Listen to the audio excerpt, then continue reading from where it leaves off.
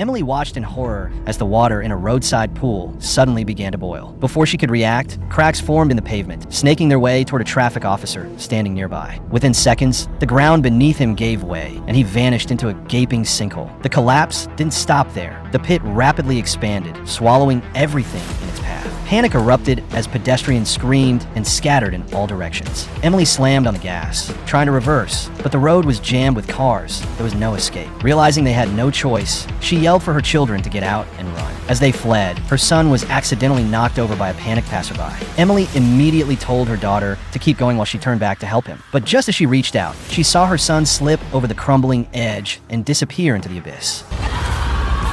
But the sinkhole kept growing. Before she could react, the ground beneath her gave way. Just as she was about to fall, a hand grabbed her wrist. It was her daughter, who had turned back. But the girl's grip was weak, and she struggled to pull Emily up. The sinkhole was still widening. Emily knew that if she held on any longer, her daughter would be dragged down with her. With tears in her eyes, she made a heartbreaking decision. She let go. She plummeted into the darkness. But instead of crashing into solid ground, she fell into a strange, glowing green light. The next thing she knew, she was lying on the ground in the middle of a vast wilderness. Above her, the eerie green glow shimmered in the sky. There was no time to dwell on what had happened. Her son was out there somewhere. She pulled out her phone to call him, but found there was no signal. With no other choice, she began searching the area. Then, in the distance, she spotted a plume of smoke rising from the forest. Hope surged through her. Someone else had to be there. She rushed toward it and stumbled upon a group of people gathered in a clearing. To her immense relief, her son was among them. The reunion was short-lived. A low growl rumbled from the trees. Then, from the shadows, emerged a wolf, 3 times the size of an ordinary one. It locked eyes on Emily and her son and charged.